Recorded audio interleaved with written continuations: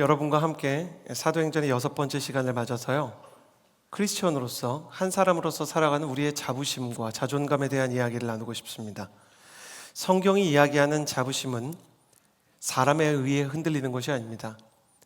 성경이 이야기하는 자존감은 상황에 의해서도 위협받지 않는 것입니다. 여러분, 축복하기를 20대에 하나님께서 여러분에게 허락하신 아름다운 자부심과 자존감이 여러분의 내면 깊숙이 뿌리내리기를 예수님의 이름으로 축복합니다. 그 자부심을 나누기 위해 11절의 말씀, 오늘의 배경을 함께 읽어보도록 하겠습니다. 11절입니다. 함께 읽겠습니다. 시작. 그 사람이 베드로와 요한을 붙잡고 있을 때 모든 백성이 크게 놀라 솔로몬의 행각이라 불리는 곳으로 달려와 그들에게 몰려들었습니다. 아멘. 나면서부터 한 번도 걸은 적이 없었던 안진뱅이가 예수 그리스도의 이름으로 일어나게 됩니다. 안진뱅이가 일어나자 사람들이 깜짝 놀라고 사람들이 그 모습에 너무나 큰 충격을 받았습니다. 그리고 안진뱅이가 일어나자마자 했던 일은 장애인이나 소위 말해 부정하고 불완전한 자들은 들어갈 수 없다라고 일컬어졌던 성전 안으로 들어가는 것이었습니다. 일평생을 성전 미문 앞에서 살았지만 그 미문 안으로는 한 발자국도 들어갈 수 없었던 아름다운 고린도산 청동으로 만든 니카도르 문이 빛 좋은 게살구처럼 그에게는 절망을 상징하는 한계선이었던 그 시간이 예수 그리스도의 이름으로 깨어지기 시작했습니다. 그리고 그는 기뻐 뛰며 춤추며 들어가기 시작했죠. 그리고 나서 사람들이 그가 춤추고 기뻐하며 뛰는 모습을 보는데 너무 충격을 받고 놀라서요, 가까이 갈 생각을 하지 못하고 멍하니 바라만 봅니다. 그리고 예배가 끝나고 다시 그들이 성전문 밖으로 나와서요, 솔로몬의 행각이라는 곳에 이르게 되었을 때, 그러니까 우리로 치면 비유하자면 이렇게 말할 수 있을 것 같아요. 사람이 예배를 드리러 갈 때는 말을 걸지 못하다가 나와서 주차초소 앞쯤에 있을 때 그 위치쯤에 솔로몬의 행각이라는 것이 있거든요. 이 솔로몬의 행각이라는 곳에 모이자 사람들이 모이기 시작했어요. 행각이라는 표현은요, 기둥이 쭉 있고요, 그 기둥 위에 천장을 둔 건축물로 이 천장이 그늘을 만들어서 사람들이 쉴 수 있도록 대화할 수 있게 만들어 놓은 곳이었습니다. 사진을 제가 안 보내줬나요? 죄송합니다. 사진을 안 보내준 것 같아요. 그래서 이게 기둥이 있고 쭉 이렇게 천장만 있는 거예요. 사방은 다 뚫려 있고 사람들이 비나 눈을 피할 수 있는 것이죠. 그래서 지금 안진뱅이에게 일어난 기적에 대해서 설명하기에는 사방이 트여 있으니 사람들이 대화를 나누기가 참 좋은 곳이었어요. 사람들은 이 행각이라는 곳에서 모여서 서로 큐티를 나누기도 하고, 그 시대엔 큐티가 없었지만 이 말씀에 대해서 나누기도 하고 예배의 은혜에 대해 하나님의 약속에 대해 나누기도 했던 곳이 이 행각입니다. 그런데 지금 안진뱅이에게 일어난 기적에 대해서 베드로가 설명을 하고 이 기적에 대해 설교하기 전에 다른 기적에 대해서 이곳에서 해설하며 설교한 분이 계셨습니다. 요한복음 10장 22절에서 23절까지의 말씀을 같이 한번 22절에서 25절까지의 말씀을 읽어보겠습니다. 시작. 예루살렘에 수전절이 이르렀는데 때는 겨울이었습니다. 예수께서는 성전 안에 있는 솔로몬 행각을 거닐고 계셨습니다. 그때 유대 사람들이 예수를 둘러싸고 말했습니다. 당신은 언제까지 우리를 헷갈리게 할 작정이요? 당신이 그리스도라면 그렇다고 분명하게 말해보시오. 예수께서 대답하셨습니다. 지금 요한복음 10장의 내용인데요, 이 요한복음 10장의 내용에서 예수님에게 사람들이 솔로몬의 행각에 몰려와서 당신이 그리스도인지 아닌지 우리한테 얘기를 좀 해주십시오. 그래서 예수님께서 대답을 해주셨어요. 그 직전에 무슨 사건이 있었냐면 예수님께서 나면서부터 한 번도 걸은 적 없는 안진뱅이를 베드로가 일으켰듯이 나면서부터 한 번도 눈뜬 적 없는 장님을 실로암에서 눈뜨게 해주는 사건이 있었어요. 그러니 사람들이 이 눈뜨는 장면을 보고 기겁을 해서 예수님에게 사람들이 몰려와서 솔로몬 행각에서 혹시 당신이 그리스도입니까? 메시아입니까? 알려달라고 요청을 합니다. 그러니 예수님께서 이 기적에 대해 말씀으로, 그리고 선지자와 예언자들이 그동안 예언했던 것들로 설명을 합니다. 기적 이후에 그 기적을 성경으로 해설하는 이 아름다운 해설의 사건, 이것이 하나님께서 가장 기뻐하시는 일이 아닌가 합니다. 저는 여러분의 인생에 두 가지 일이 있었으면 좋겠습니다. 하나는 안진뱅이가 일어난 것처럼 여러분의 인생 가운데 있는 모든 절망과 좌절의 자리에서 일어나 걷는 영적인 기적과 인생의 변화가 있게 되기를 예수님의 이름으로 축복합니다. 그것을 보고 막 사람들이 충격을 받고 어떻게 저런 일이 있을 수 있는가라고 얘기할 수 있을 정도의 일이 있었으면 좋겠고요. 다른 한편으로는 여러분의 인생 가운데 일어나는 은혜와 기적과 하나님께서 부어주시는 공급에 대해 말씀을 통해 성령님께서 해석해 주시고 하나님의 음성을 들려주시는 역사가 있게 되기를 예수님의 이름으로 축복합니다. 축약하면 나는 여러분의 인생 가운데 하나님의 이적과 하나님의 음성이 함께하는 청년의 시기를 맞이하게 되기를 예수님의 이름으로 축복합니다. 예수님께서는 그렇다면 솔로몬의 행각에서 어떤 말씀을 하셨는가? 두 가지를 말씀하셨어요. 첫 번째, 요한복음 10장 31절에 따르면 예수님은 나와 아버지는 하나다 이렇게 말씀하셨어요. 나와 아버지는 하나다. 그래, 너희가 기다리는 메시아가 나고 그리스도가 나고 심지어 나는 하나님께서 기존에 썼던 다윗 왕이나 아니면 신구약 중간기에 잠깐 열강의 지배 속에서 잠시 이스라엘의 독립을 가져왔던 마카비와 같은 정치 지도자의 수준을 뛰어넘는 하나님의 아들이요 신의 본체다 라고 얘기할 정도로 예수님은 자기가 누구인지를 명확하게 말하셨어요. 그러니까 솔로몬의 행각은 예수님께서 자기 자신이 누구인지를 드러낸 곳이었습니다.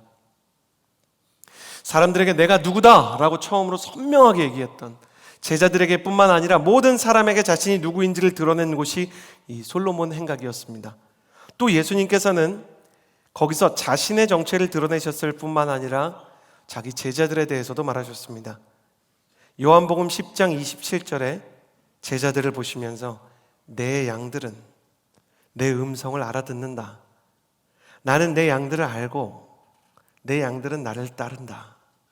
솔로몬의 행각에서 예수님께서는 자신의 제자들을 자신의 양으로, 자신을 따르는 자기가 가장 믿는 사람들로 표현을 하셨어요. 그러면서 예수님께서 막 축복을 이어가셨는데 나는 그들에게 영생을 준다. 그들은 영원히 멸망하지 않을 것이며 어느 누구도 내 손에서 그들을 빼앗을 수 없다. 어느 누구도 하나님의 손에서 그들을 빼앗을 수 없다. 그렇게 제자들을 향한 사랑과 그들이 망하지 않고 위대한 사도가 될 것임을 예측하시고 선포하셨던 자리가 솔로몬의 행각이었습니다. 솔로몬의 행각은 예수님께서 자기 자신이 누구이신지를 드러내셨던 곳일 뿐만 아니라 예수님께서 제자들에 대한 애정과 그 제자들이 앞으로 위대한 존재가 될 것이라는 것을 약속해 주신 장소였습니다. 이 솔로몬의 행각에 지금 사도행전에서는 누가 서 있다고요? 누가 서 있어요? 베드로가 서 있어요. 그러면 베드로는 이 솔로몬의 행각에 서서 그곳에 섰을 때 과연 누구를 떠올렸겠습니까? 나면서부터 한 번도 눈 떠본 적이 없는 장님을 예수님이 고치시고 수많은 사람들이 몰려와서 예수님의 설교를 들었던 바로 그 자리에 베드로가 지금 서서 예수님이 하셨던 것과 비슷하게 나면서부터 한 번도 일어난 적이 없는 안진뱅이를 일으키고 난 기적의 여파로 수많은 사람들이 몰려드는 상황 속에서 그는 누구를 떠올렸을까요? 두말할 나위 없이 예수 그리스도였을 것입니다. 이 장면을 통해 우리는 중요한 사실을 깨닫습니다. 사람마다 예수님을 기억하게 하는 장소가 있다는 것입니다. 사람에게 장소란 참 특별한 공간인 것 같아요. 어렸을 때는 동네에서 이사를 가는 게 사회적 단절을 경험하는 것처럼 두렵고 새삼스럽게 느껴졌어요. 저는 신혼에 아내와 처음 이제 신혼살이를 시작했던 집에서 지금 살고 있는 집으로 이사를 갈 때 기분이 오묘하더라고요. 저는 그 말이 되게 이상하다고 생각하는데 저는 서울시 강동구에 살았고 지금은 경기도 하남시에 살거든요. 두 동네가 상당히 가까워요. 차로 한 10분에서 15분. 근데 연준이와 연희가 그곳을 지날 때마다 이렇게 얘기하면 되게 생경하게 느껴져요. 와, 고향이다. 그러니까 고향이라고 하기엔 너무 가까운 장소고 이 아이들에겐 고향이라는 곳이 있을까 하는데 이 아이들도 자기가 다녔던 어린이집이나 자기가 걸었던 길에 대한 나름의 추억과 기억을 가지고 있더라고요. 여기는 아빠가 나한테 문어빵을 사준 곳이잖아. 여기는 엄마랑 나랑 처음으로 지하철을 탄 역이야. 그것처럼 사람에게는 그 장소가 추억과 기억의 그릇이 되는 경향이 있습니다. 베드로에게 솔로몬의 행각이란 예수님과 함께했던 그분의 말씀을 들었던 추억이 있는 자리였던 것입니다. 여러분, 저를 보시겠어요? 20대에 청춘을 지내는 여러분께 감히 축복합니다. 저는 여러분의 삶 가운데, 특별히 이 20대에 예수님을 기억나게 하는 장소가 많아지는 축복이 있게 되기를 예수님의 이름으로 축복합니다. 영적인 추억이 많은 영적 추억의 부자가 되기를 주님의 이름으로 축복합니다. 옆 사람에게 이렇게 인사해 주시겠어요? 추억 부자가 되십시오. 예수님과 함께한 추억이 많은 사람, 그 자리에 가면, 그 장소에 가면, 심지어 나이가 들어서 여러분이 이 기쁨 오래 오면 여러분의 뜨거웠던 예배가 기억나고 예수님이 기억나는 축복이 있게 되기를 바랍니다. 베드로가 예수님을 떠올립니다. 예수님께서 설교하시던 때를 요한복음 10장 22절에서 수전절에 이르렀는데 때는 겨울이었습니다 라고 기록합니다. 우리나라 달력으로 이 수전절은요 12월에 있는 명절이에요. 12월 중순쯤입니다. 요즘은 평균 기온이 올라서 예루살렘이 수전절 기간에 한 8도에서 12도를 왔다 갔다 하는 이 덜 추운 가을 날씨지만 지구의 평균 기온이 상당히 상승한 거를 생각해 보면 당시에는 한 5도에서 6도 정도, 그러니까 초겨울 날씨로 상당히 추웠을 것입니다. 예수님 시절에는 아직 경량 패딩이나 아니면 두꺼운 코트와 같은 이 방한복들이 제대로 갖추어지지 않은 그런 것들이 있다고 해도 로마의 귀족이나 입을 수 있는 시절이어서 예수님께서는 아마 굉장히 가볍게 옷을 걸치고 겨울에 오랫동안 서서 그곳에서 설교를 하셔야 했을 것입니다. 회랑은 앞서 얘기한 것처럼 기둥은 있고 천장은 있는데 벽은 없는 구조입니다.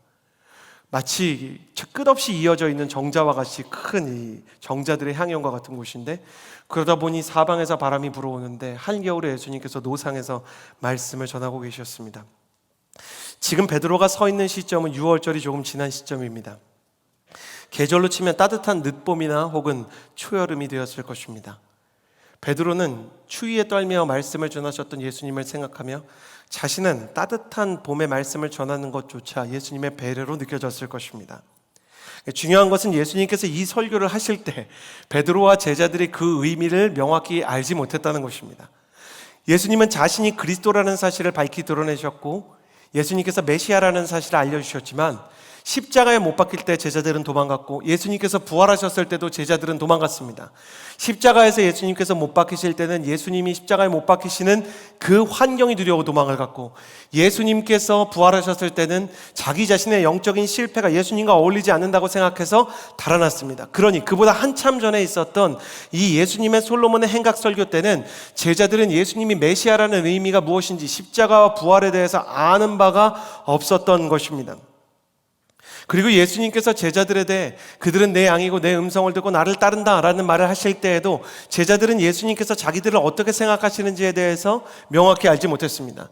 예수님께서는 그들을 그리스도의 담대한 증인으로 생각해서 그들을 끊임없이 믿어주고 격려하고 계셨지만 제자들에게 그곳은 그저 추운데 예수님께서 오늘 왜 이렇게 설교가 길어지신담?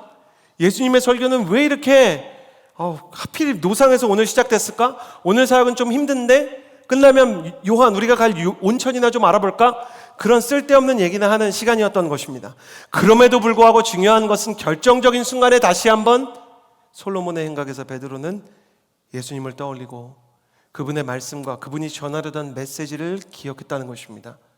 제가 이 메시지를 떠올리는 것은 앞으로 베드로가 하게 될 이야기가 예수님이 누구이시며 또 자기가 누구이신지를 드러내는 내용으로 전개되기 때문입니다. 베드로는 예수님을 기억했기 때문에 예수님께서 자기 자신이 누구이신지 또 제자들이 누구이신지를 드러냈던 그 내용을 똑같이 다른 관점으로 다른 표현으로 반복해서 예수님처럼 설교하게 되었습니다. 즉 베드로는 지금 예수님이 하는 일을 그대로 계승하고 있는 것입니다. 예수님께서 제자들에게 심어둔 말씀은 드디어 6월절 봄날에 꽃을 피웠습니다. 겨울에 심은 씨앗이 봄을 맞아 꽃을 피우듯 예수님께서 제자들의 마음에 수전절 겨울에 심어두셨던 말씀은, 그리고 제자들을 향한 그 사랑은 6월절 봄이 되어 꽃을 피웠습니다. 그러므로 영적인 장소에서 잠을 자는 사람들을 정죄해서는 안 되겠습니다. 잠자고 있는 것 같지만 다 들어요. 제가 전에 이렇게 말씀을 나눈 적 있지만 성경 공부를 막 이렇게 하는데 정말 듣지 않는 아이가 있어갖고 선생님이 너 이거 하나만 맞추면 나 그냥 본과 공부 다 한 걸로 쳐줄게. 이리 와봐. 모세가 하나님의 10계명 받은 산이 어디라고? 그랬더니 이 어린아이가 그렇게 썼다는 거예요. 신, 의, 산. 그 아이가 커서 허브대학부에서 오늘 설교를 할지 누가 알았겠습니까? 어린아이들이 다 안 듣는 것 같지만 다 듣고요. 지금 자고 있는 내 친구도 영적으로 다 다친 것 같지만 그 안에서 하나님이 주고자 하시는 사랑과 말씀이 담기고 있는 거예요. 그래서 교회에서 졸면 격려해 줘야 돼요. 집에서 안 자고 온 게 얼마나 다행입니까? 예배에 온 것만 해도 잘한 겁니다. 옆 사람에게 인사해 주시겠어요? 당신은 잘하고 있습니다. 언젠가는 눈물로 우리가 모두 다 예수님을 기억하게 될 것입니다. 겨울철에 심어놓은 씨앗이 발아하지 않으면 죽은 것처럼 보여도 끝내 봄이 되면 싹을 틔우듯이 성령의 봄이 찾아오면 이 자리에서 낙심과 절망과 침체와 의심과 게으름과 무관심의 영적 무지 안에 있는 사람들도 끝내는 꽃을 피게 될 것입니다. 나를 향한 예수님의 사랑이 얼마나 큰지를 깨닫는 날은 곧 오게 될 것입니다. 그러므로 사랑하는 청년 여러분, 은혜에 합당하게 살지 못하는 나 자신을 보고 너무 불안해하지 마십시오. 그리고 구정을 맞아 예수님에게로 아직 돌아오지 않고 교회 언젠가 가야지라고 말만 되뇌이는 가족을 보고도 너무 조급해하고 낙심하지 마십시오.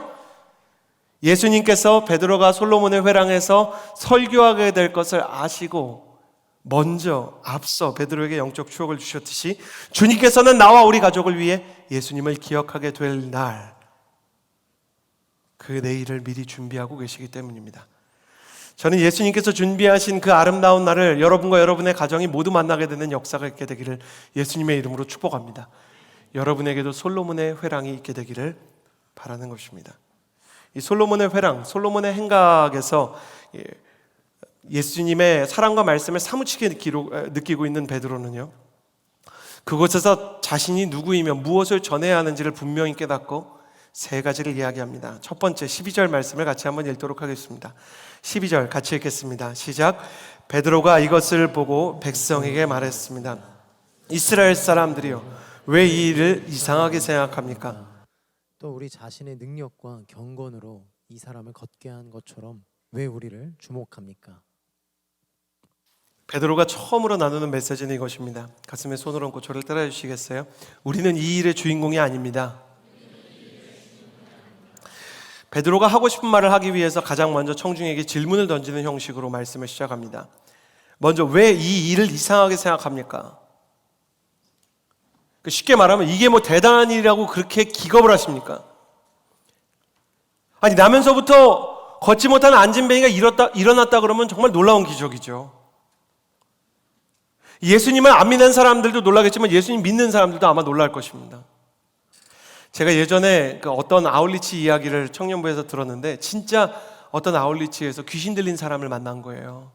근데 청년들이 국내 아울리치이기 때문에 귀신 들린 사람이 막 하나님을 저주하고 막 괴력으로는 어떻게 사람이 손 쓸 수가 없는데, 국내 아울리치의 특징이 전도사님들, 목사님들이 라운딩을 이렇게 돌아서 한다는 거잖아요. 그러니까 목회자가 없는 상황에서 청년들이 기도를 하는 거예요.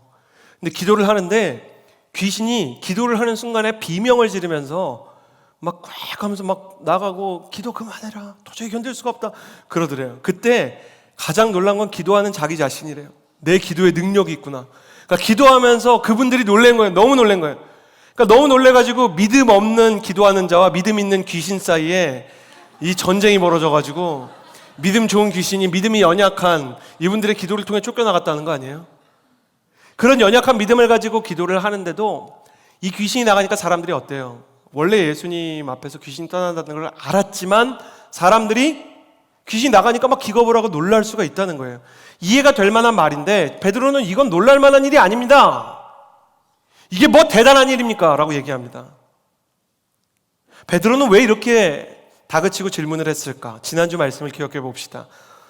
우리는 지난주에 에게이로라는 표현을 배웠어요. 에게이로, 일어나다라는 표현입니다. 당시 로마에서 부활을 뜻하는, 부활을 직역해서 표현하는 아타나시스, 부활이라는 단어는 허황되고 과장된 일을 풍자적으로 쓸 때만 쓰던 말이다 보니까, 그러니까 부활은 부활 같은 소리 하고 있네, 좀 부적절한 말이지만 귀신 신나라 까먹는 말도 안 되는 소리 하고 있네, 자다가 봉창 두드리는 소리 하고 있네, 이런 소리쯤으로 아타나시스가 쓰였기 때문에 제자들은 아타나시스 대신 예수님을 죽은 자 가운데서 일어나셨다라는 표현을 썼어요. 예수님께서는 죽은 자 가운데서 일어나신 분이다. 여기서 일어나셨다라는 표현이 에게이로라는 표현입니다. 예수님은 죽은 자 가운데서 일어나셨다. 이것이 부활이라는 것이죠. 그래서 베드로는 안진뱅이의 손을 잡고 일으킬 때 이 단어를 사용합니다. 일어나 걸으라. 이처럼 베드로에게 안진뱅이가 일어난 일의 근원과 뿌리는 예수님의 부활에 있는 것이었습니다. 그러니까 안진뱅이가 일어난 사건은 예수님께서 죽은 자 가운데서 일어나신 사건의 그 근거가 있는 것이죠. 에게이로, 죽은 자 가운데서 부활하신 주님께서 고작 안진뱅이를 에게이로 일으킨 것이 뭐가 그렇게 대단합니까? 이미 죽은 자 가운데서 살아나신 그리스도에 대해서 당신들은 놀라지 않으면서 안진뱅이가 일어나니까 이제는 놀라서 몰려와서 이 난리를 칩니까? 그러면서 베드로가 이 일의 본질이 무엇입니까? 뭘 보고자 합니까? 사람들에게 얘기를 하는 거예요. 물론 예수님께서는 죽은 자 가운데서 일어나셔서 오늘도 주저앉은 사람을 일으켜 주십니다. 그러나 베드로의 말에 따라 가장 중요한 것은 절망이든 우울이든 질병이든 그 앉은 자리에서 일어나는 사람들이 아니라 그들을 일으키시는 주님이 더 중요하다는 것입니다. 그래서 베드로는 사람들이 안진뱅이를 일으킨 이 사건에 주목하지 말라고 얘기합니다. 그리고 더 나아가 이 사람을 일으킨 자신에게도 집중하지 말라고 또 질문을 합니다. 우리 자신의 능력과 경건으로 이 사람을 걷게 한 것처럼 왜 우리를 주목합니까? 우리는 이 일을 일으킨 사람이 아닙니다. 우리에게는 그만큼의 능력도 없고 경건도 없습니다. 바꿔 말하면 이 사람을 이렇게 일으키기 위해서는 대단한 능력과 대단한 경건이 필요하다는 거예요. 여기서 경건이라는 말은 인격과 성품을 얘기해요. 능력과 경건은 성령의 역사를 설명하는 가장 중요한 두 개의 단어예요. 능력은 성령의 능력이 나타나고 귀신이 나가고 병자가 낫고, 그리고 성령님께서 초자연적인 일을 일으키시는 사도행전의 기적을 얘기하고, 경건이라는 것은 성령의 9가지 열매와 같은 사랑과 희락과 화평과 오래 참음과 자비와 양성과 충성과 온유와 절제처럼 예수 그리스도의 성품. 우리는 지난 시간에 안진뱅이를 일으킬 때 단순히 능력으로 일으키실 뿐만 아니라 그에게 주목하고 그에게 집중하고 그에 대해서 사랑의 눈을 맞추는 이 베드로에 대해서 나누었어요. 베드로의 안에 계시는 예수님께서 그 안에서 안진뱅이를 향한 시선을 던졌다. 베드로가 만약 그만한 인물이었다면 1년에 3번 성전으로 올라가야 하는 유대인의 특성상 성전 미문 앞에서 나면서부터 구걸한 사람을 수십 번째 지나가면서 이 사람의 품성이 그러했다면 한 번은 이 사람과 대화를 나누고 뭔가 이 사람을 도와주려고 했겠죠. 초면이 아니라 스쳐 지나가던 베드로와 이 안진뱅이는 성령의 충만에 의해 만나게 되고 성령의 사랑에 의해 주목을 받게 되고 예수 그리스도의 능력에 의해 일어나게 된 것이 아닙니까?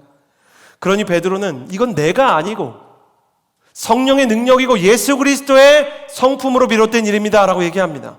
나는 주인공이 아닙니다. 주인공이 따로 있습니다 라고 얘기하는 것입니다. 여기서 베드로가 이렇게 얘기하는 기적에 대한 설명을 통해 우리는 성경적인 기적에 대한 중요한 개념을 배우게 됩니다. 여러분, 성경이 이야기하는 기적의 특징이 뭔지 아세요? 이적의 특징이 뭘까요? 성경적인 기적과 이적에 매우 명확한 특징이 있는데, 성경의 기적은 마음대로 재현이 불가능하다는 거예요. 이게 형제들한테는 이해시키기가 쉬운데, 그러니까 패시브 스킬이 아니라 일회용 스킬이에요. 퀘스트에 의해서 주어진 거예요. 그러니까 한 번 하나님께서 그때 능력을 주셔서 일으키신 사건이지 마음대로 할 수 있는 게 아니에요. 가령 모세가 홍해를 갈랐다 그래서 앞으로 모세가 원하면 늘 막 갈릴 수 있는 게 아니에요. 제가 모세였잖아요. 홍해 가른 날 남들 다 잘 때요, 어디 물이라도 있으면 찻잔에라도 담고 이거 해봤어요. 이거 나한테 이런 능력을 하나님이 주셨는가? 제가 여호수아였잖아요. 그러면 태양을 멈춘 그날 다 잘 때 달도 한번 해봤어요. 이렇게.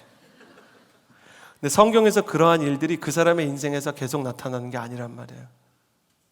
그들은 그냥 그것의 통로로 하나님께서 필요하신 그 타이밍에 쓰시는 것이에요.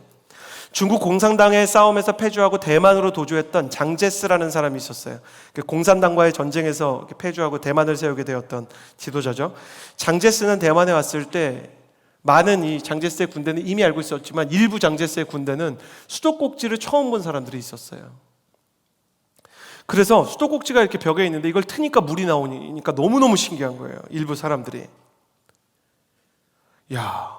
많은 전쟁으로 지쳐 있는데 식수의 소중함을 아는 군인들이요, 수도꼭지를 트니까 물이 나오는 걸 보고 기겁을 해가지고요, 너도 나도 철물점에 가서 수도꼭지를 사가지고 벽에다가 박기 시작했대요.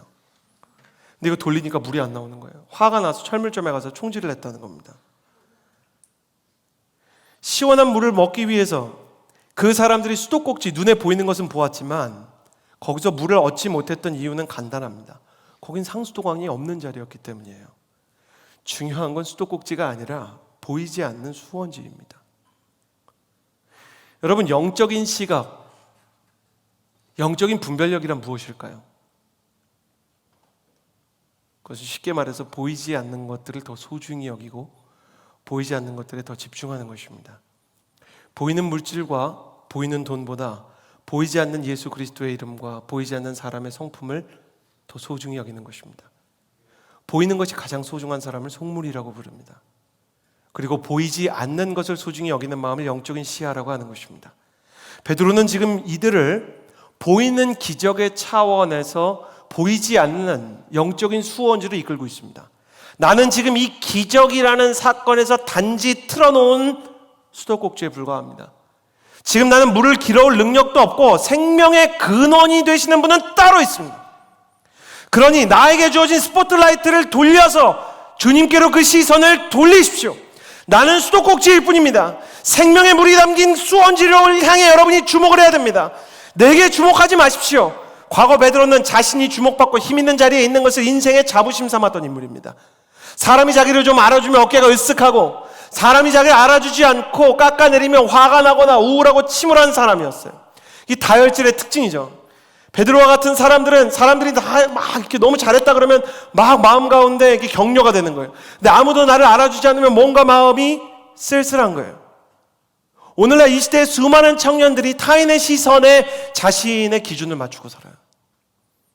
남이 알아주면 마음이 뜨고 남이 몰라주면 마음이 가라앉는 것이죠. 그러나 베드로는 지금 사람들이 박수를 치는데도 불구하고 최대한 자신의 시선을, 심지어 자신 앞에 있는 사람들의 시선을 진짜 칭찬과 진짜 가치와 진짜 생명과 진짜 기적과 진짜 사랑의 근원 되시는 예수님께로 돌리려고 합니다. 그것만이 수도꼭지로서 베드로가 상수도에 연결되어 주님께 쓰임받을 수 있는 길이었기 때문입니다. 베드로는 그렇게 필사적으로 자신을 조연의 자리로 그리고 단역의 자리로 밀어넣으며 예수 그리스도의 이름의 사람들이 집중력을 가지게 하려고 합니다. 사랑하는 여러분, 여러분의 인생 가운데 비전을 품고 하나님께 쓰임을 받기 원한다면 기억하십시오. 당신이 주님께 연결되어 그분의 이름을 영광스럽게 한다면, 그분을 드러내고 예수 그리스도의 이름을 위해서 그 이름의 영광과 그 이름을 알게 하는 일에 최대한의 관심을 가지고 그분을 증거하기 위한 그리스도의 담대한 증인들이 되기 시작한다면 당신은 분명 지금보다 더 놀랍게 쓰임받게 될 것입니다. 저는 여러분을 통해서 여러분 자신의 이름이 높아지는 것보다 여러분을 통해서 예수 그리스도의 이름이 높아지는 역사가 있게 되기를 주님의 이름으로 축복합니다. 여러분이라는 수도꼭지를 사다가 세상의 벽에다가 아무리 박아도 물이 나오지 않는 때가 있습니다. 어떠한 축복도, 어떠한 기적도, 어떠한 능력도, 어떠한 소득도, 어떠한 인정도 나오지 않는 그 말라버린 벽에 여러분의 수도꼭지를 박지 마십시오. 오직 생명수의 근원이 되시고 필요할 때마다 사람을 들어 하나님의 일을 하게 하시는 예수 그리스도라는 상수원에 연결된 사람, 그 아름다운 청년이 되기를 바라는 것입니다. 그렇게 되기 위해 여러분도 베드로처럼 늘 이렇게 고백하면 좋겠습니다. 나는 주인공이 아닙니다. 주인공은 따로 있습니다. 따라해볼까요? 나는 주인공이 아닙니다. 주인공은 따로 있습니다. 저는 여러분의 인생 가운데 예수 그리스도께서 드러나게 되기를 주님의 이름으로 축복합니다. 베드로는 예수 그리스도를 드러내며 상수원에 연결된 수도꼭지로서 자신의 역할을 수행하게 되고, 자신의 역할을 수행하게 된 수도꼭지는 정말 그야말로 유용하고 쓸모있는, 주인이 볼 때 많은 사람들을 유익하게 하는 도구가 되었습니다. 주인의 의도대로 쓰임받는 것이 가장 귀한 일입니다. 저는 여러분이 예수님의 의도대로 쓰임받고 여러분이 예수님과 함께 동행하며 승리하고 예수 그리스도를 빛나게 하여 여러분 자신도 주인께 아름답게 쓰임받는 자부심을 누리게 되기를 예수님의 이름으로 축복합니다. 14절에서 16절 두 번째 메시지를 같이 읽겠습니다. 14절에서 16절입니다. 시작. 여러분은 거룩하고 의로운 불을 거절하고 도리어 살인한 사람을 놓아달라고 요청해 생명의 근원 되시는 분을 죽였습니다. 그러나 하나님께서는 그분을 죽은 사람들 가운데서 살리셨습니다. 우리는 이 일에 대해 증인들입니다. 예수의 이름을 믿는 믿음으로 인해 그분의 이름이 여러분이 보고 아는 이 사람을 온전케 했으니 예수로 난 믿음이 여러분 앞에서 이같이 그를 완전히 낫게 했습니다. 베드로가 선포한 첫 번째 메시지는 우리는 이 일의 주인공이 아닙니다. 두 번째 메시지는 무엇이었을까? 저를 따라해 주시겠어요? 우리는 이 일의 증인들입니다. 우리는 이 일의 증인들입니다. 베드로가 막 선포를 합니다. 베드로는 자신이 증인이라고 말합니다. 한 달 전 제가 그 리더십 컨퍼런스, 그 대학부 전체가 이렇게 모이는 연합 컨퍼런스에서도 이렇게 나누었지만, 고대 로마에서나 현대 대한민국에서나 재판의 기초는 증인이 아니라 증거에 있습니다. 우리나라의 기본 재판의 근거는 증거재판주의입니다. 증거재판주의란 무엇인가?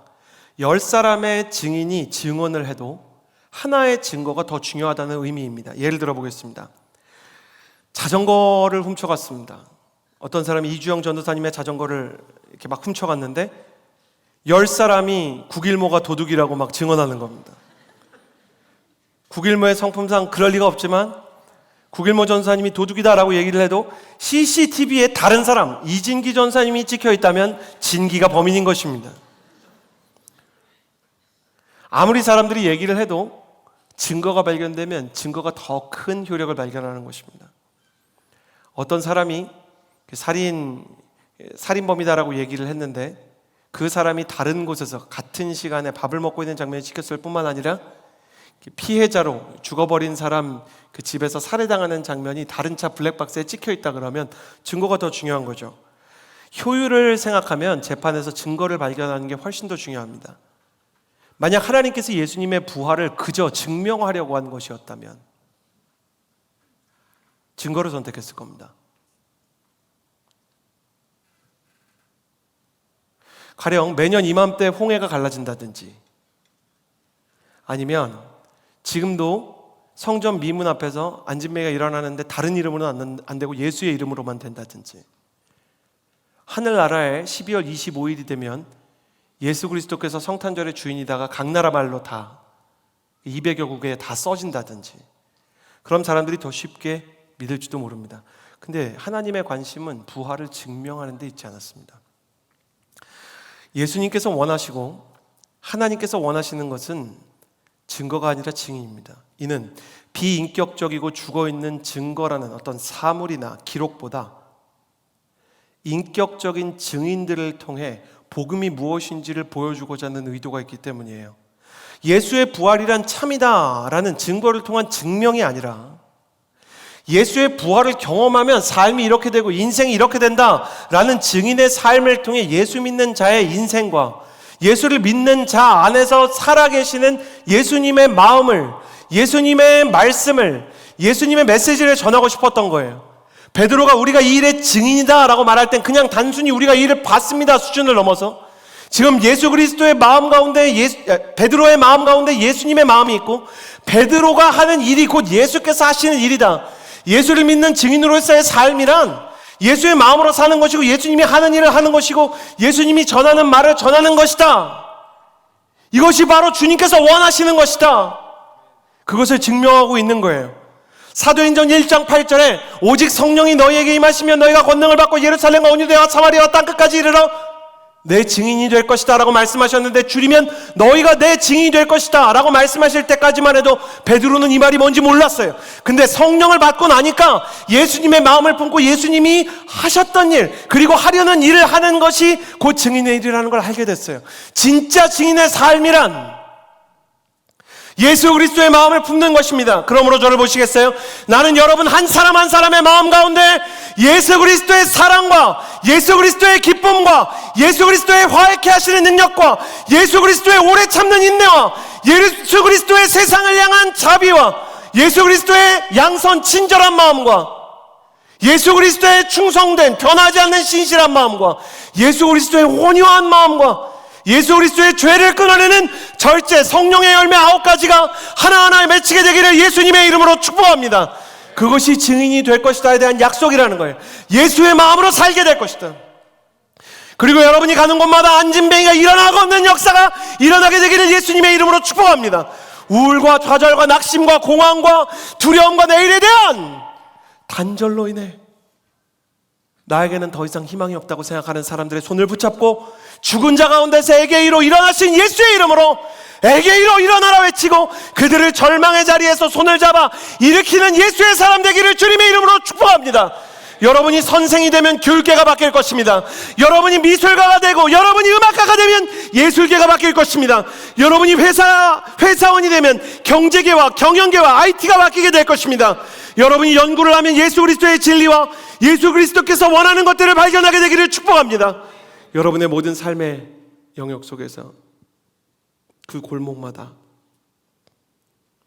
예수 그리스도를 향한 증언이 일어나게 될 것입니다. 그런데 문제는 이 증언이라는 게 증인의 신뢰성에 담겨 있는 거 아니겠습니까? 증언이라는 거는 그 증인의 신뢰성이 무너지면 같이 무너지는 거예요. 가령 증인이 알코올 중독자라든지 사기 전과가 있으면 이 증언을 믿지 못하는 거죠. 예수님께서 너희가 내 증인이 될 것이다 라고 말할 때는 약간 긴장되는 이야기가 있는 거예요. 너희가 믿을 만한 사람이 아니면 세상은 나도 안 믿게 될 거야. 그러니까 저는 예수님이 나를 선택하시고 증인으로 부르시면 그 자체가 불안할 것 같아요. 내가 전하는 예수 그리스도의 부활이 에게이로의 주님이 아니라 아타나시스가 돼버리면 어떡하나, 이게 무서울 것 같아요. 그럼에도 불구하고 예수님께서 승천하실 때 뒤도 돌아보지 않으시고 제자들에게 모든 사명을 맡기시고 하늘로 승천하셨어요. 저 같으면은 승천하고도 불안해서 잠이 안 왔을 것 같아요. 예수님 안 주무시지만 승천하고도 불안해서 몇 번 내려왔을 것 같아요. 오늘 그 말은 괜히 한 것 같지 않아? 뭐 이런 거예요. 예수님 그렇게 안 하셨어요. 왜 그런가? 예수님께서는 연약하고 부족한 제자가 이 증인의 일을, 예수 그리스도께서 하실 일을 완벽하게 드러낼 수 있다고 끝까지 믿으셨기 때문이에요. 예수 그리스도는 제자들을 믿으셨고 지금은 우리를, 그리스도는 누군가가 써놓은 글귀처럼 당신만을 믿습니다. 지금 베드로는 예수님이 당신이 누구이신지를 드러냈던 솔로몬의 행각에 서 있습니다. 그는 우리 모두가 예수 그리스도를 십자가에 못 박았다는 것과 그럼에도 불구하고 하나님께서 그를 죽은 자 가운데서 다시 살리셨다는 이 복음의 기초를 증언하고 있습니다.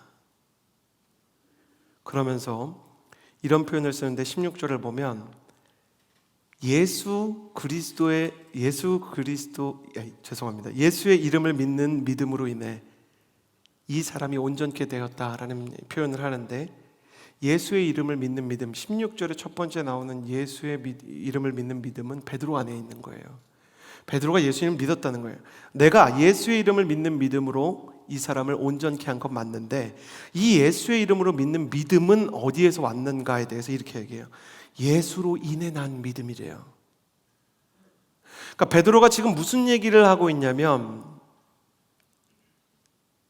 내가 예수의 이름을 믿는 믿음을 가지고 있지만 이것은 예수로 인해서 난 믿음이다. 주님께서 나를 믿어주셨기 때문에, 나를 포기하지 않으셨기 때문에 나 역시 나 자신을 믿을 수 있고 또 나를 믿어주시는 예수 그리스도에게 눈을 맞추다 예수님 그분이 누구이신지를 믿게 되었고, 나를 믿는 그분의 믿음, 나를 향한 그분의 사랑이 너무 커서 그분이 가지고 계시는 그 믿음이 꽃피워 예수를 믿는 믿음으로 이 사람이 일어나게 되었다. 그러므로 베드로는 지금 수많은 사람들 앞에서 이 사람들이 예수를 죽였고 그러나 하나님이 살리셨다라는 이야기 외에도 이런 표현을 하고 있는 거예요. 당신이라고 주님이 쓰시지 못할 것 같습니까? 연약한 나를 향해 흔들리지 않는 그리스도의 신뢰, 그것이 베드로의 자부심이 되었습니다. 베드로는 나는 예수님께 보냄을 받은 사도, 주님께 파송을 받은 사도가 보냄을 받은 자거든요. 사도로 이 자리에 서 있지만 동시에 그리스도께 선택받고 연약할 때부터 끊임없이 신뢰받고 사랑받았던 증인일 뿐입니다 라고 얘기합니다. 그러니까 베드로는 이렇게 얘기하고 있는 거예요. 나는 주인공이 아닙니다. 주인공은 예수님이신데 이 예수님께서는 저를 믿고 사랑하셔서 지금도 저를 통해서 역사하고 계십니다. 그리고 베드로는 여기에서 더 나아가 자신의 연약했던 순간을 상기하며 이 말씀에 대해 이렇게 명확히 선포합니다. 17절과 18절의 말씀을 같이 한번 읽겠습니다. 17절 그리고 18절입니다. 함께 읽겠습니다. 시작. 형제들이여, 이제 나는 여러분이 여러분의 지도자들처럼 무지해서 그렇게 행동했던 것을 압니다. 그러나 하나님께서는 모든 예언자들의 입을 통해 그리스도께서 고난받아야 할 것이라고 미리 선포하신 것을 이와 같이 이루셨습니다. 베드로는 세 번째 메시지로 이렇게 자신의 설교를 마무리합니다. 가슴에 손을 얹고 저를 따라해 주시겠어요? 우리는 당신을 향한 초청장입니다. 베드로가 여러분이 예수님을 죽였습니다. 그러나 하나님께서 살리셨습니다. 잘한 건 하나님이 한 거고 잘못한 건 여러분이 한 겁니다 라고 강하게 메시지를 전했지만 이 메시지 이후에 다시 한번 그들을 향해서 이렇게 말해요. 여러분이 예수님을 죽인 건 사실이지만 여러분이 예수님에 대해서 몰라서 그렇게 한 것을 내가 압니다.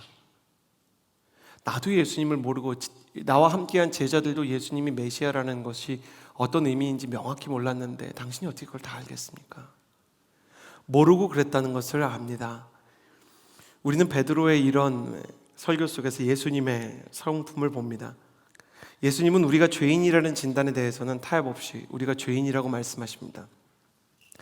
그러나 그 죄를 짓게 된 죄인의 속에 있는 연약함과 부족함을 충분히 이해하십니다. 예수님은 우리가 죄를 지을 때 왜 그 죄에 넘어질 수밖에 없었는지 이해하시고 우리가 예수 그리스도를 따르기 원하지만 우리가 너무나 연약해서 예수님이 기뻐하실 만한 그런 삶을 살지 못한 것에 대해서 충분히 공감하십니다. 그리고 예수님께서는 우리의 죄에 대해서만 공감하실 뿐만 아니라 우리의 영적인 갈망에 대해서도 격려하시고 공감하십니다. 예수님께서 마지막 십자가를 앞두고 기도하러 올라간 자리에서 예수님께서 뜨겁게 기도하셨지만 제자들은 잠들어 있었죠. 잠든 제자들을 보고 어떻게 내 제자로서 너희가 잠들어 있을 수 있느냐 이렇게 얘기하지 않으시고 이렇게 얘기하셨어요. 마음은 간절한데 육신이 약하구나. 육신이 약하구나 이게 중요한 게 아니에요. 너 마음속에 기도하기 원하는 마음이 있구나. 예수님이 제자들의 마음을 아시는 거예요. 베드로와 야고보와 요한이 기도를 정말 열심히 하고 싶어요. 근데 안 되는 거예요. 너무 연약해서 안 될 수 있잖아요. 예수님께서 그 마음을 아시고 너 마음속에 기도가 안 되고 기도가 참 힘들구나. 그러고 나서 예수님께서는 성령께서 너희의 기도를 들어주시고 성령께서 충만하게 할 날이 올 것이다 라는 것을 아시고 그들에게 끊임없이 격려해 주셨어요. 지금 베드로도 이 말씀을 듣는 사람들의 연약함과 부족함 그리고 예수님처럼 그들 안에 숨어있는 예수 그리스도를 향해서 돌아갈 수 있는 실마리 이 영적 갈망과 하나님을 향한 그리움을 발견하고 있습니다. 여러분이 몰라서 그렇게 했죠. 여러분이 알았으면 그렇게 안 했을 텐데 여러분이 메시아를 기다리지 않습니까? 여러분도 하나님의 은혜를 기다려서 나한테 이렇게 온 게 아닙니까? 그래서 이렇게 얘기를 합니다. 19절의 말씀을 같이 한번 읽어보도록 하겠습니다. 19절 20절입니다. 함께 읽겠습니다. 시작. 그러므로 여러분은 회개하고 돌아오십시오. 그래서 여러분의 죄 씻음을 받으십시오. 그러면 주 앞에서 새로워지는 때가 올 것이요 주께서 여러분을 위해 미리 정하신 그리스도 예수를 다시 보내실 것입니다. 베드로가 사람들한테 여러분이 몰라서 그랬죠. 여러분의 마음속에는 영적인 갈망이 있지 않습니까? 여러분 왜 죄를 지었습니까? 우리가 죄를 이기지 못할 만큼 연약한 사람들이라 그런 게 아닙니까? 죄는 항상 선한 일보다 힘이 강하지 않습니까? 아름답고 고운 말, 격려하는 말은 한 세대에서 이렇게 막 유행하는 게 잘 없어요. 예수 그리스도의 복음이나 어떤 선한 것이 전해지려면 누군가 헌신을 하고 죽을 각오를 해야 돼요. 근데 어떤 남학생 교실에 음란물이 돌아다닌다든지 아니면 어떤 초등학교나 중학교에 어떤 욕설이 퍼지는 데는 한 주가 걸리지 않아요. 언제나 악하고 언제나 어두운 것들이 빨리 퍼지고 사람들을 망가뜨리죠. 그러나 그럼에도 불구하고 그 악한 것에 전염이 될 정도로 연약하면서도 선을 바라는 그 마음이 사라진 건 아니라고 베드로가 계속 얘기해요. 너 돌아가고 싶지 않니? 이렇게 얘기하는 거예요. 여러분, 허브 예배에 여러분이 오셨다는 것 자체가 여러분의 마음속에 돌아가고 싶은 마음이 있는 거예요. 기도를 하려다가 잠든 제자들처럼 여러분의 마음속에 정말 기도하고 싶은 마음이 있는 거예요. 여러분의 마음속에 예수 그리스도의 말씀을 정말 배우고 그대로 살고 싶은 마음이 있는데 몰라서, 약해서, 부족해서, 내 힘으로는 되지 않아서 그 분노에, 그 음란에, 그 교만에 저와 여러분이 무릎을 꿇고 있는 거예요. 그래서 베드로는 어쩔 수 없이 무력해서 쓰러지고 있는 그들을 향해서 이제 회개하십시오 라고 이야기하는데, 이재훈 목사님은 회개에 대해서 이렇게 얘기했어요. 회개는 돌아서는 거예요. 세상에서 돌이켜서 하늘을 향하고 싶습니다 표현하고, 죄에서 돌이켜서 의를 향하고 싶습니다 표현하고, 자신에게서 돌이켜서 그리스도께로 향하는 거래요. 하영정 목사님은 뭐라 그랬냐면, 회개는 죄를 다 지우고 책임지고 수정하고 깨끗이 한다는 걸 의미하지 않는다 그래요. 그냥 하나님, 내가 책임질 힘도 바꿀 힘도 고칠 힘도 없습니다. 그러니까 영혼의 의사이신 주님, 저를 좀 받아주십시오 라고 주님의 품으로 가는 것이라고 합니다. 만약 우리가 우리 힘으로 할 수 있었다면, 베드로의 말을 제가 제 식으로 풀어볼게요. 예수님이 왜 십자가에 못 박히셨겠습니까? 우리가 율법으로, 우리의 노력으로, 우리의 수고로 바꿀 수 있었다면 왜 하나님께서 그 아들 예수님을 보내셨겠습니까? 우리 힘으로는 도저히 할 수 없으니까 예수님이 오셨고, 우리 힘으로는 도저히 책임질 수 없으니까 예수님이 책임지려고 십자가 지셨고, 우리 힘으로는 도저히 새 생명을 얻을 수 없으니까 예수님께서 부활하신 게 아닙니까? 당신이 할 일은 그 예수님에 대해서 마음을 열고 다시 한번 예수님의 은혜가 필요합니다. 그 은혜에서 벗어났습니다. 상수도가 아닌 세상의 벽에다가 내 수도꼭지를 갖다가 박았습니다 라고 죄를 뉘우치고, 아무 의미 없는 벽에 박았던 내 자부심의 수도꼭지를 다시 예수 그리스도의 상수원으로 다시 연결하는 것입니다. 베드로는 사람들의 마음에 이미 자기 죄를 뉘우치고 하나님께 돌아가고 싶은 마음이 움직이고 있음을 느꼈어요. 내가 허브에서 설교를 할 때마다 여러분의 마음이 주님께로 돌아가고 싶어서 조금씩 움찔거리는 것을 느껴요. 겨울과 같이 얼어버렸던 사람의 마음에 예수님을 향한 그리움의 봄이 찾아오는 것을 느낍니다. 기도를 몰랐던 사람이 기도를 배우려고 하고, 복음을 전하지 못했던 사람은 복음을 전했다고 하더군요. 내 인생의 절망과 낙심뿐이었던 사람이 이제 예수의 이름으로 일어나기를 원한다고, 기도를 부탁한다고 수없이 저에게 기도 부탁을 했습니다. 주님께서 베푸신 이 영혼의 봄이 가까이 오고 있을 때 베드로가 하는 일은 단지 우리는 당신을 향한 초청장이라 말하는 것입니다. 먼저 이 솔로몬의 행각의 6월절 봄을 맞아 예수 그리스도의 말씀에 꽃을 피운 나의 인생처럼 당신의 인생 가운데에도 죄의 겨울이 지나고, 그리고 연약함의 겨울과 낙심의 겨울이 지나고, 스스로의 자존감을 박살내며 하나님께 어울리지 않는다 정죄감과 실패감에 쓰러졌던 그 겨울을 지나 예수 그리스도께서 마련하신 영혼의 봄이 올 것입니다. 이 초청에 응하는 사람은 죄 씻음을 받을 것입니다. 이 초청에 응하는 사람은 주 앞에서 새로워지는 때를 만날 것입니다 라고 베드로가 고백했습니다. 할렐루야. 나는 여러분도 이 초청에 응하여 예수 안에서 죄의 세력이 끊어지고 중독이 끊어지는 역사가 있게 되기를 예수님의 이름으로 축복합니다.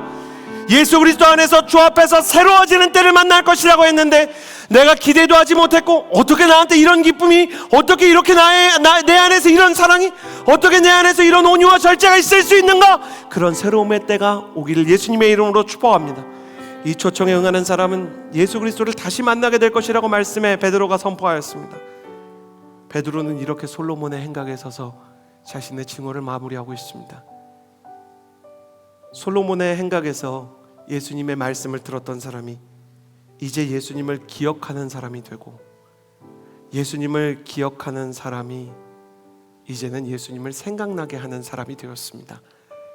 베드로는 내 안에서 예수 그리스도의 말과 성품과 능력이 드러나는구나, 그것을 자기 인생 최대의 자부심으로 삼았음에 이론의 여지가 없을 것입니다.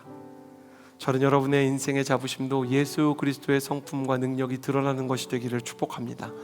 연약한 여러분에게서, 연약한 나에게서, 부족한 우리를 통해서도 역사하실 하나님, 나의 연약함과 부족함에도 굴하지 않으시고 흔들리지 않으시며 실망하지 않으시고 날 떠나지 않으시는 하나님, 오실 때도 주 하나님이 우리와 함께 계심이라 임마누엘로 오셨고, 가실 때도 볼지어다 세상 끝날까지 내가 너와 항상 함께 있으리라, 널 떠나지 아니하리라, 중간에도 고아와 같이 너희를 버려두지 아니하리라 말씀하셨던 그 예수의 임재가 내 안에서 나와 함께 하시고 더 나아가 내게서 드러나게 될 때를 바라봅니다.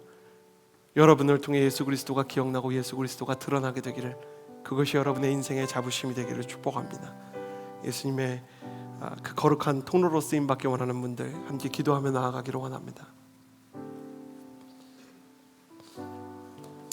이 시간에 기도하며 나아갈 때 나는 예수 그리스도를 드러내는 사람이 되기 원합니다. 내 안에 세상의 성공 욕망 없는 거 아닙니다. 내 안에 세상 소망 없는 거 아닙니다. 내 안에 욕심이 다 끊어졌다고 할 수는 없지만, 그래도 내 안에 사실 깊숙한 곳에는 예수님을 영광스럽게 하고 또 그 예수 그리스도를 아름답게 드러내고자 하는 열의가 있습니다. 그렇게 고백하는 분들 계시면 자리에서 일어나 주시겠어요? 나는 예수 그리스도의 담대한 증인으로 주님을 드러내고 주님과 함께 살아가는 사람이 되기를 원합니다. 그리스도의 담대한 증인이 되어 주님이 나를 향해서 가지고 계셨던 그 신뢰를 드러내는 사람이 되기를 원합니다. 나를 주님의 사람으로 사용하여 주옵소서. 연약한 내게 하나님의 능력을 부어 주옵소서. 고갈된 내게 예수 그리스도의 성품 부어 주옵소서. 메말라버린 나에게 예수 그리스도의 사랑의 시선을 허락하여 주옵소서.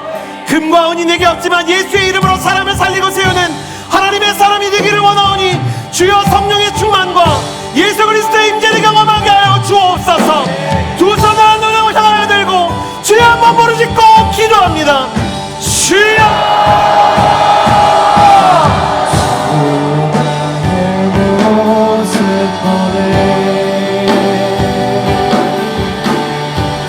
살아계신 하나님 아버지, 내가 연약하고 내가 부족하여서 하나님 내 마음속에서는 예수 그리스도께서 머무실 공간도 없고,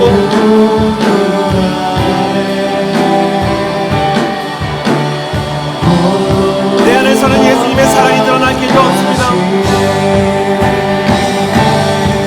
세상의 소망, 세상의 은가금, 세상의 모든 것들이 다 사라져가기 시작합니다. 주님께서 정말로 내 안에 예비하신 예수 그리스도의 이름 외에는 금이 사라지고 은이 사라지고 사람이 흩어지는 데가 있습니다. 그럼에도 불구하고 예수의 이름을, 예수의 소망을, 예수의 거룩하신 부활을 붙잡고 이 시대에 죽어있는 사람들에게 애기로 안전병이야 일어나라만 하나님의 사람들을 찾고 계십니다.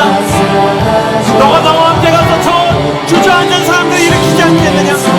저 사각지대에 있는 사람들, 저 깨어진 사람들에게 복음을 전하지 않겠느냐? 마음 가운데 두려움이 찾아오고, 마음 가운데 연약함이 찾아오고, 마음 가운데 낙심받아들이 찾아올 때 주님의 사랑과 주님의 은혜로 각 사람을 붙잡아 주옵소서. 세상 소망 다 사라져가고 주의 사랑은 끝이 없으니 살아가는 힘으로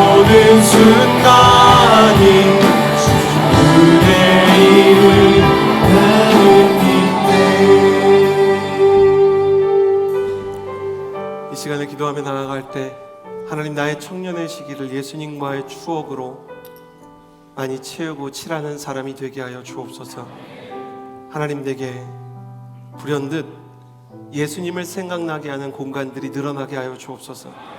길을 지나가다가도 예수님 생각이 나고, 자리에 앉다가도 하나님의 은혜가 생각나고, 주님과의 은혜의 기억, 주님께서 내게 주신 감동의 추억이 많아서 내 인생이 연약하고 지칠 때 주님께서 부어주시는 감동과 은혜와 사랑으로 나의 인생 한 구간 한 구간을 주님의 사랑과 추억으로 칠해나가는 아름다운 역사가 있을 수 있도록 도와주옵소서.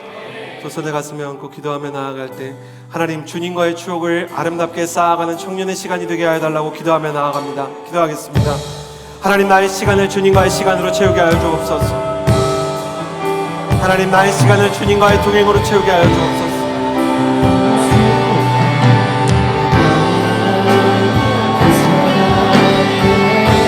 이 청년의 시간을 하나님께서 기뻐하실 만한 기억들과 하나님께서 인정하실 만한 시간으로 채워가는 하나님의 사람들이 되게 하여 주옵소서.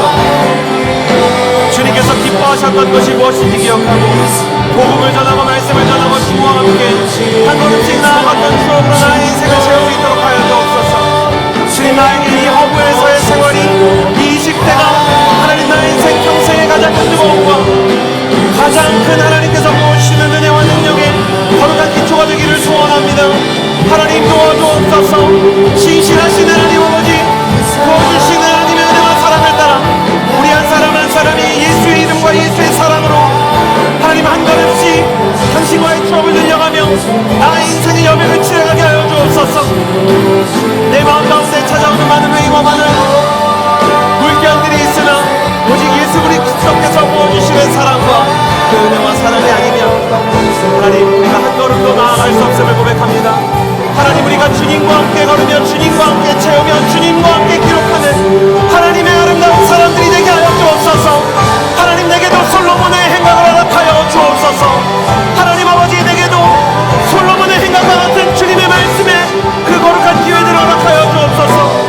좋으신 하나님 아버지, 당신께서 내게 예비하시고 나를 위하여 만들어 두신 그 아름다운 시간들을 헛되이 보내지 않고 주와 함께 하나님, 나의 가장 푸른 계절을 주님의 말씀에 새로운 은혜와 새로운 감동으로 채우는 역사가 있을 수 있도록 도와주옵소서.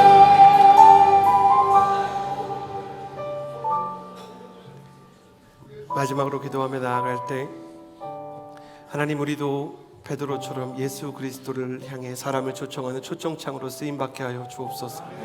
한 영혼이라도 나를 통해서 예수님께 돌아오게 하여 주옵소서. 한 사람이라도 예수님을, 그 복음을 더 전할 수 있는 사람이 되게 하여 주옵소서. 하나님, 내가 예수 그리스도의 복음을 전하고 그 이름으로 사는 것을 부끄러워하지 않게 하여 주옵소서.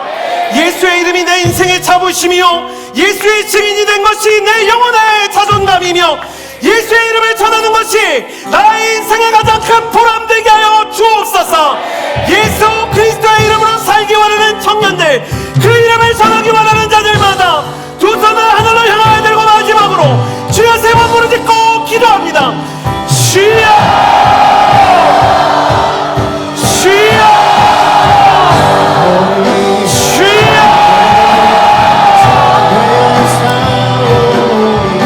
살아계신 하나님 아버지, 예수의 이름으로 복음을 전하고 예수의 이름으로 사람을 살리고 예수의 이름으로 손잡아 일으키는 역사가 있게 하여 주옵소서. 한 사람이라도 예수의 이름으로 돌아오게 하여 하늘의 하나님께 기쁨을 드리는 잃어버린 한 마리 양을 찾아 하나님, 한국의 각지로 또 일본으로 나아가 복음을 전하는 사람이 되게 하여 주옵소서. 주님과 함께 나아가게 하여 주옵소서. 주님과 함께 나아가게 하여 주옵소서.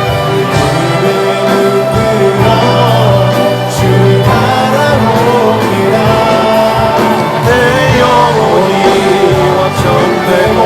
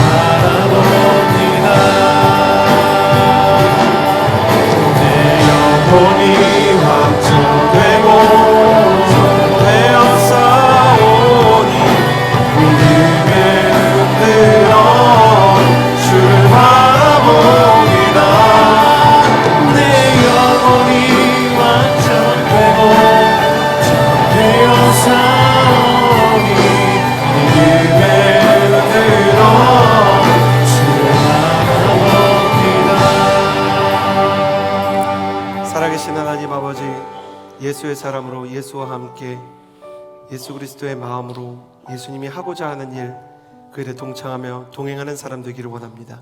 우리 가운데 함께 하셔서 예수님과 함께 걷는 것이 내 인생 최고의 자부심이 되게 하여 주옵소서. 감사를 드리며 예수님의 이름으로 기도드렸습니다. 아멘. 매월 둘째 주는 비전헌금이 있는 때입니다. 비전헌금 광고를 보신 후에, 영상으로 보신 후에 비전헌금에 참여하실 분들 자유롭게 참여하시면 좋겠습니다.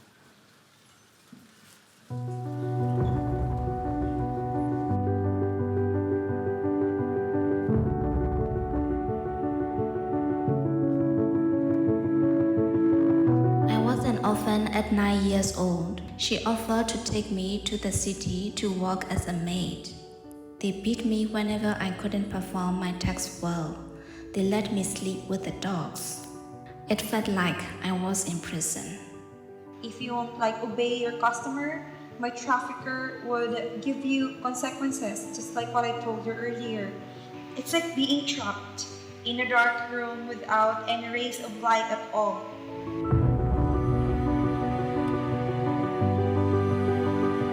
(21세기에) 노예가 있다는 말은 충격적입니다.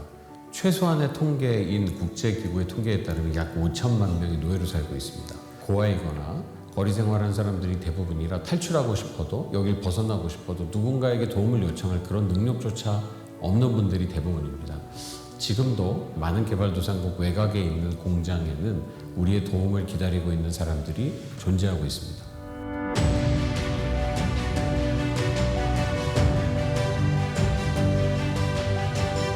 우리가 범죄자들을 조사하고 추적해서 덮치려고 하면 부패한 경찰과 일부 공무원들에 의해서 정보가 노출되고 계속 도망가기 일쑤였습니다.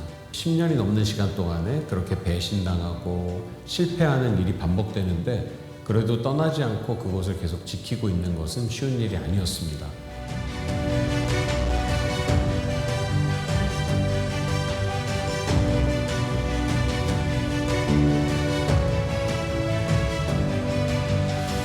Since 2014, IJM partners and trained government officials rescued 303 children, arrested 90 suspects, and attained 55 convictions. The overall prevalence of sex trafficking of children in the DR has decreased almost by 80%. We celebrate these wins, and we thank you for your partnership to make justice possible. IJM works with governments and local partners to strengthen protection for Cambodian and migrant workers, empower survivors, and prevent re-migration by amplifying their voices and provide economic sustainability.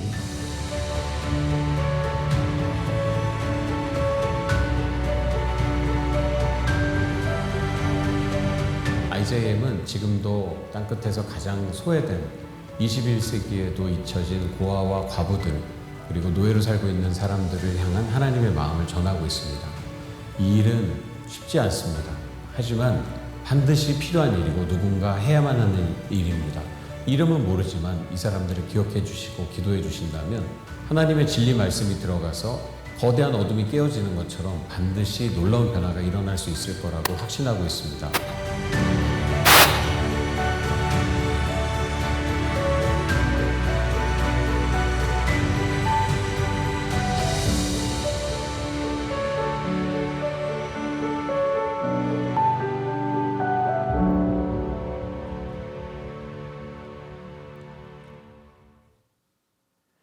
비극적인 일을 당해서 고통당하고 있는 어린아이들을 위해 애쓰고 있는 IJM 단체를 위해서 비전헌금 전액이 쓰여집니다. 마음이 감동되시는 분들은 나가실 때 헌금함에 비전헌금에 헌금을 넣어주시면 IJM을 위해서 저희가 후원하는 일에 전액 사용하도록 하겠습니다.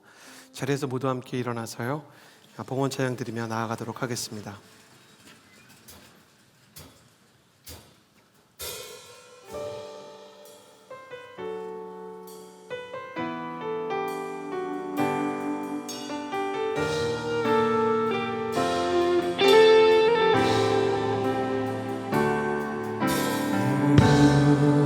주의 영광을 보내 우리 가운데 계신 주님, 찬송한 영광 온 하늘 덮고 그 찬송 온 땅 가득해 내 눈 주의 영광을 보네 찬송 가운데 서신 주님의 얼굴을 온 세상 향하네 번등의 발을 드셨네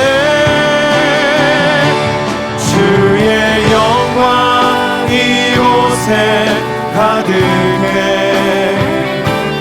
우린 선해 주님과 함께 찬양하며 우리는 전진하리 모든 열방 주 볼 때까지 주의 영광 이곳에 가득해 우리 선해 주님과 함께 사랑하며 우리는 전진하리 모든 열방 주 볼 때까지 이제는 우리 구주 예수 그리스도의 은혜와 하나님의 사랑과 성령의 교통하심과 충만케 하심이 이 자리에서 예수 그리스도의 이름으로 사는 것을 예수 그리스도의 마음을 따르는 것을 예수 그리스도께서 하셨을 일을 지금 우리 시대에 나를 통해 하시는 것을 나의 인생의 자부심으로 여기며 살아가기 원하는 주의 청년들과 연약함에도 불구하고 주님을 따르기 원하는 모든 주의 백성들 환우들과 선교사님들 위에도 이제로부터 영원토록 함께하여 주시기를 간절히 축원하옵나이다. 아멘.